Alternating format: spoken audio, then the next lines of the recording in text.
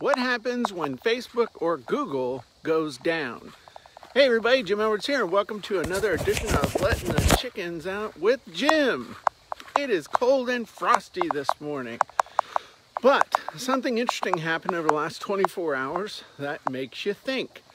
Number one, Google had a worldwide outage yesterday, specifically in the arena of Gmail and other stuff where in the Drive, anything where you basically had to log in. There were some issues, and when we sent an email yesterday, we had like, I don't know, 2,000 or 2,500 email addresses get rejected from Gmail because it said it didn't exist, but we knew they existed.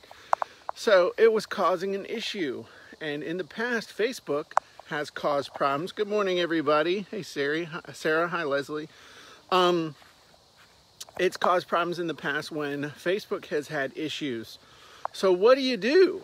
Well, the number one thing you got to do is make sure that the customers that you have, the subscribers that you have them somewhere else in addition to just Google, or just Facebook or things like that. In the end, the only thing you have is your email list. And yes, emails got rejected yesterday, but guess what?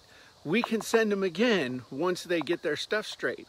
But what happens if Google decides that they're not going to show your stuff? What happens if Facebook decides that they want to cancel your account, or they want to cancel the accounts of your customers? That's one thing people say a lot about, well, I'm worried about my Facebook account getting canceled or turned off, and I know people that's happened to.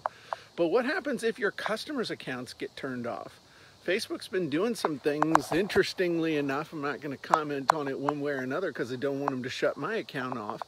But they do some things now that you gotta play by the rules, play by their rules.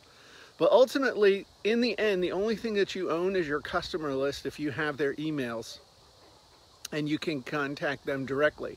I had a situation last night where I went live to a group where it's a coaching group, and something happened and the video it looked like it was going through. I was recording it and it didn't go through.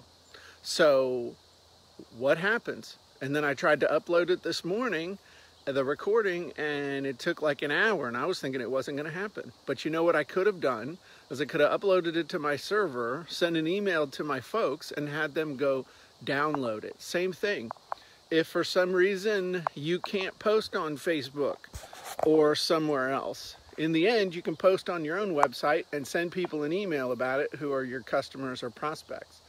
So the point that I'm trying to get across is that the more we depend on these third-party sites like YouTube, Facebook, and Gmail and things like that, the more vulnerable we are.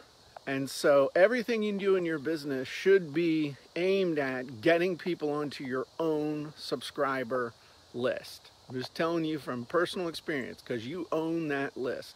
You also can develop a relationship with that list independent of these big tech platforms. So again, I'm not anti-technology. I'm not anti-big tech.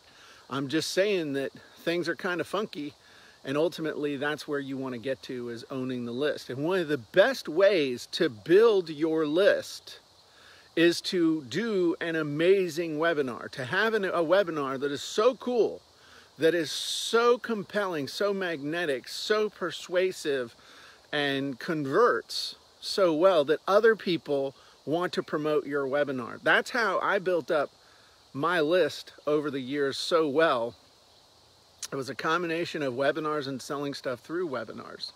And on Thursday at 3 o'clock, we're going to be holding a special webinar called Fill My Webinar Secrets, where we're going to talk about the two most important things. Assuming you have a good webinar, the two most important things are getting signups and show-ups. And we're going to be covering 3 secrets on how to do exactly that. So I'll have a link in here for you guys to sign up, but definitely you want to check that out. Even if you've never done a webinar before, perfect. You don't have to unlearn anything.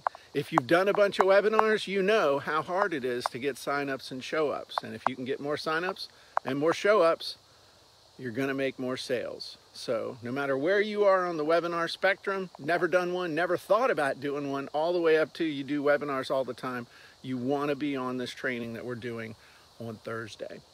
So I will see you all there. Have a wonderful day, and I'll talk to you soon. Bye-bye, everybody.